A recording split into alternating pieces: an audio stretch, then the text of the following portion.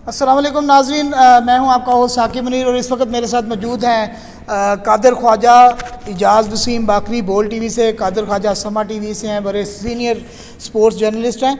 तो इनसे बात करते हैं। एक बड़ी ब्रेकिंग न्यूज़ आई है टीम चेंजेस के हवाले से, बड़ा जिसका बेसब्री से इंतज़ार था और लोगों का भी कहना था कि कुछ चेंजिंग्स होनी चाहिए इस टीम सिलेक्शन में, कुछ गलतियां हुई हैं। तो पहले हम चलते हैं, इजाज़ आप बताइएगा कि ये कैसी चेंजिंग किस तरह का इनका ये रहा है डिसीजन आपके ख्याल में?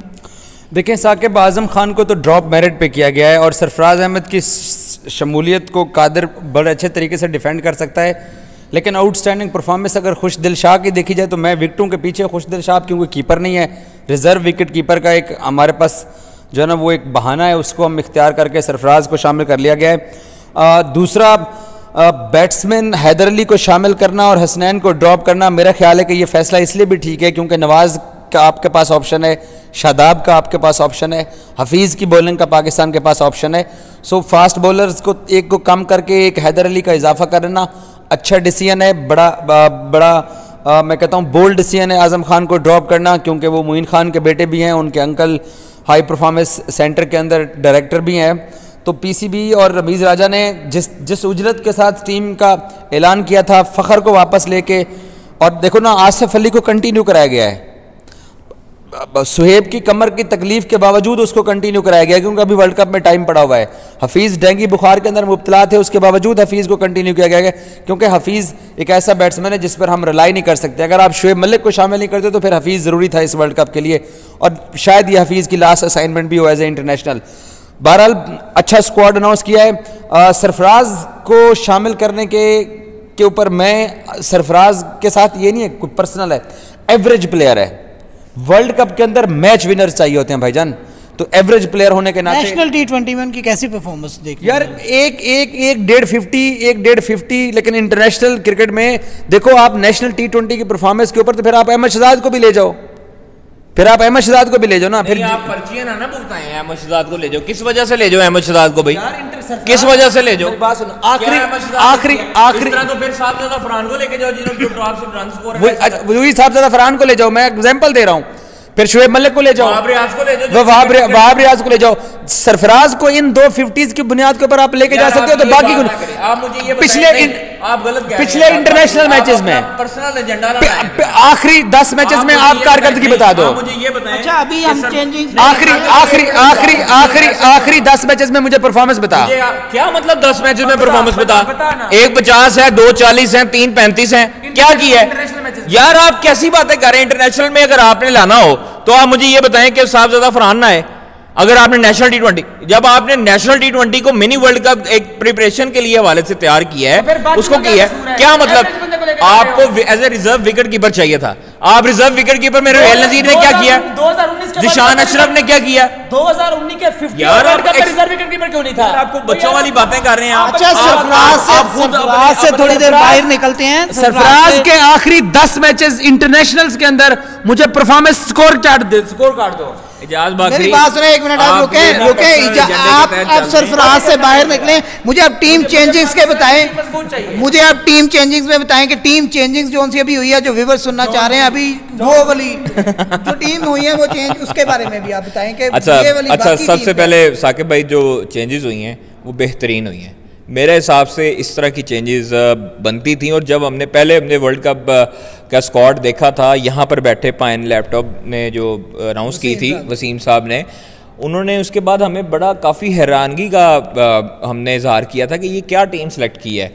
आसिफ अली ने भी इतनी हाथरहा कारकर्दगी नहीं दिखाई, आज़म खान बिल्कुल फ्लॉप रहे, खुशदिल शाह फ्लॉप रहे, मोहम्मद हसनैन फ्लॉप रहे, शुएब मकसूद ने भी कोई इतनी बड़ी इनिंग नहीं खेल दी जो उनको क्रेडिट जाता है। वो इंजर्ड हुए हैं, मेडिकल पैनल ने उनको कहा जी उनको ले जाएं आप साथ, ठीक है। दूसरी बात, खुशदिल शाह की जगह फ़खर ज़मान आए हैं।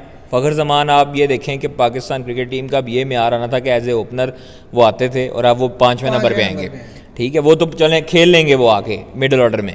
दूसरी बात है कि आप सरफराज अहमद को आज़म खान की जगह लेके आए, वेल एंड गुड, बहुत अच्छा फ़ैसला है, ज़बरदस्त फ़ैसला है। मैं तो कहता हूँ इस तरह का फ़ैसला पहले करना चाहिए था जो आप लोगों ने ऐन मौके पर किया है, और आज़म खान को भी नो डाउट इसका काफ़ी अफसोस भी हुआ होगा, लेकिन उनकी अपनी गलती है, उन्होंने परफॉर्मेंस क्यों नहीं दी। उन्होंने उनको परफॉर्मेंस देते तो ये कभी आता ही ना, अपने बैट से जवाब देते तो कभी उनके ऊपर कोई तनकीद नहीं कर सकता था। इमामुल हक पे तनकीद होती थी उनके इंजमामुल हक की वजह से, इमाम ने उसको परफॉर्म करके दिखाया। अब वनडे में 52 की एवरेज से परफॉर्मेंस दी है।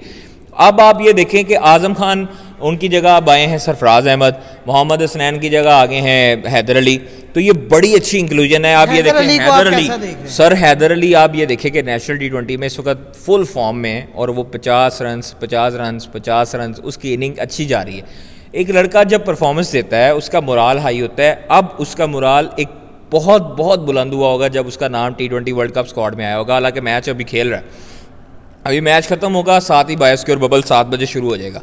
तो आप ये देखें साकिब भाई के बड़ी अच्छी इंक्लूजन है, लेकिन मेरे हिसाब से शाहनवाज धानी को भी ऊपर जाना चाहिए था।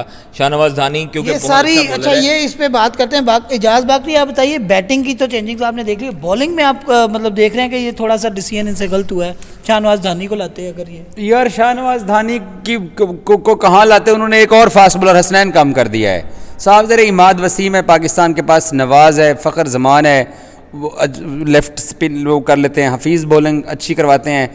इसके अलावा मोहम्मद नवाज़ हैं लेफ़्ट आर्म स्पिनर। सो पाकिस्तान के पास बॉलिंग ऑप्शन यूएई के अंदर स्पिनर्स, आप आईपीएल देखो जो इस वक्त वहाँ पे हो रहा है, तो स्पिनर्स वहाँ पे अच्छी परफॉर्मेंस दे रहे हैं और फिर पाकिस्तानी स्पिनर्स को वहाँ पर थोड़ा एक्सपीरियंस भी है। तो जिस तरीके से देखो, एक चीज़ याद रखना, बल्लेबाजी में हमेशा पाकिस्तान ने मार खाई है। बॉलिंग में शाहीन, हसन और Haris Rauf 3 premium fast bowler आपके पास हैं। इसके अलावा आपके पास जो नीचे स्पिनर्स हैं, ऑलराउंडर हैं, वो आपको उनको डाल के अपनी टीम को आप बेस्ट पॉसिबल स्क्वाड कह सकते हो।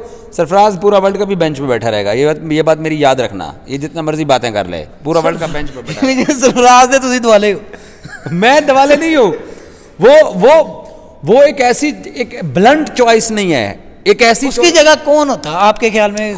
खुशदिल ठीक था। अगर खुशदिल की भी परफॉर्मेंस को इतनी यार खुशदिल सरफराज के मुकाबले में ज्यादा दलेर भी है और वो हिटिंग भी मार लेता है अच्छी, मान लो दलेर है। आपके मुहावरे आज को कल 150 की बॉलों पे जाके सरफराज अहमद ने छक्के लगाए हैं, चौके लगाए, एक ओवर में 22 मारा। और यार माफी दे दें, तो आज सुबह अहमद मैच है दूसरा, लेकिन वो अभी तो बबल में चले गए। अभी आज सुबह अहमद शहजाद ने इतनी अच्छी बैटिंग की, फिर अहमद शहजाद को भी डाल लो। मुझे इंटरनेशनल फरहान अली आगा को ले जाओ ना यार, सलमान अली, साहबजादा फरहान को ले जाओ, हुसैन दौलत को ले जाओ, फिर यूं कर ले। एक मैच केवल मौके में क्यों ले जाए? तो सरफराज कौन सी परफॉर्मेंस कादिर, इंटरनेशनल मैचेस की परफॉर्मेंस बता। आप इसको समझाएं कि एज ए विकेट कीपर उन्होंने रिजर्व रखा है। 2019 के वर्ल्ड कप में यही चीज तो मैं सवाल करता हूं। He will not play as in playing 11 किसी एक मैच में नहीं होगा, मेरी बात याद रखना, किसी एक मैच में नहीं होगा। जो विकेट कीपर आप बताएं कौन था? रोहेल नजीर, उसने परफॉर्म नहीं किया। जिशान अशरफ, उसने परफॉर्म नहीं किया। कौन है? बिस्मिल्लाह खान, उसने परफॉर्म नहीं किया। पीछे रह कौन गया wicket keeper as a reserve आपके पास? कोई भी नहीं है। तो ये सरफराज आपको परफॉर्म करके दिया भाई, उसने और क्या करे? इसको समझाएं कि अहमद शहजाद के भुगत से या सरफराज के भुगत से निकले और कम से कम एक सोच और विचार के साथ देखे कि उसकी कितनी खिदमात है पाकिस्तान के लिए। वो पाकिस्तान का एक सीनियर प्लेयर है, उसके होता है T20 नंबर 1 थी। आप इस बात को क्यों नहीं आते? आप जवाब दें इस बात का, T20 नंबर 1 रही है कि नहीं रही? आप किस नंबर पे है?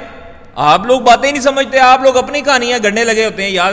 अच्छा, मतलब आपके कहने में ये चेंजिंग ठीक हुई है, सरफराज को आना चाहिए था। 100% चेंजेस ठीक हैं मेरे हिसाब से, इससे ज्यादा बेहतर चेंजेस नहीं था। हाँ, एक चेंज हो सकती थी कि आसफ अली की जगह अगर आप किसी और बैट्समैन को अगर शामिल कर लेते मिडिल ऑर्डर में तो आपका मजबूत हो जाता है। इफ्तिखार अहमद आ जाता, नो शुएब मलिक, इफ्तिखार अहमद आ सकता था। इफ्तिखार अहमद आसिफ अली से बेहतर चॉइस थी मेरे हिसाब से। बाकी चले, ये जो 3 चेंजेस हुई हैं ये भी सोने पे सुहागा है। परफॉर्मेंस तो शुएब मलिक की भी बहुत आउटस्टैंडिंग मलिक की थी ना साकिब भाई। मैं वही तो अर्ज कर रहा हूँ कि जो हमारे व्यूअर्स सोच रहे हैं कि शुएब मलिक क्यों नहीं है, मैं उनको ये जवाब दे रहा हूँ कि 30 रुकनी प्लेयर्स की जो लिस्ट थी उसमें शुएब मलिक का नाम नहीं था। अब उस लिस्ट में से प्लेयर्स को उठाना है। आपके अगर प्लेयर्स इंजर्ड भी हो जाते हैं खुदा ना खास्ता, तो मेडिकल के हवाले से जब वो टेक्निकल कमेटी के पास जाएगा तो 30 रुकनी खिलाड़ियों में से आपको कोई प्लेयर चूज करके वहां पे अभी कितने हमारे व्यूअर्स को बता दें कि अभी कितना इनके पास टाइम है? कि अभी 16 तारीख तक टाइम है इनके पास। 16 तारीख तक इनके पास हतमी टाइम है, लेकिन 15 को इन्होंने फ्लाई करना है और 16 तक इनके पास हतमी स्क्वाड देने का टाइम है। उसके बाद ये होगा कि खुदा न खास्ता अगर कोई इंजर्ड होता है, आपने कोई चेंजेस करनी है इंजर्ड, तो आप टेक्निकल कमेटी के पास जाते हैं, वहाँ पर मेडिकल पे आप मेडिकल पे प्लेयर्स के साथ एक्सचेंज कर सकते हैं। तो ये अभी 16 का तो टाइम था, लेकिन आज से इन्होंने बायोस्क्योर बबल में चले जाना है, फिर उसके बाद इनके पास टाइम मुश्किल हो जाएगी चेंजिंग्स की तरफ आए। बहुत शुक्रिया इजाज़। एक सिर्फ आखिरी सवाल का मुझे जवाब दे दें। पहले बाबर आजम खुश नहीं थे कि मेरे से राय नहीं ली जाती या जो मैं प्लेयर्स कहता हूँ, तो आज उनकी राय ली गई है, तो ये कैसा स्टेप है? सरफराज के ऊपर तो उसकी राय नहीं ली गई है, बाकी उसकी राय शामिल है। तो वो अब मतलब कुछ सेटिस्फाइड हैं साहब? जरा सरफराज जब बेंच सरफराज पे जब बेंच किससे नहीं राय लेगी? बाबर आजम से। ओ भाईजान, उसी ने तो सजेस्ट किया आपको। आप कौन सी दुनिया से आए, कौन से गोले से हैं आप? कौन से गोले से हैं? ये पूरा वर्ल्ड कप का जो कॉम्बिनेशन है उसकी टीम में जगह नहीं बन रही है। बहुत शुक्रिया जी। इजाज़ वसीम बाकरी का कहना है कि सरफराज की जगह नहीं बन रही। कादिर का कहना है कि सरफराज बिल्कुल अपनी अच्छी परफॉर्मेंस पे आया और मेरिट पे आया। तो मुझे नाजरीन यहाँ पर दीजिए इजाज़त। अल्लाह हाफिज़, शुक्रिया। चलो यूँ किधर कराना मैंने फिर एयर ड्रॉप कर दिया।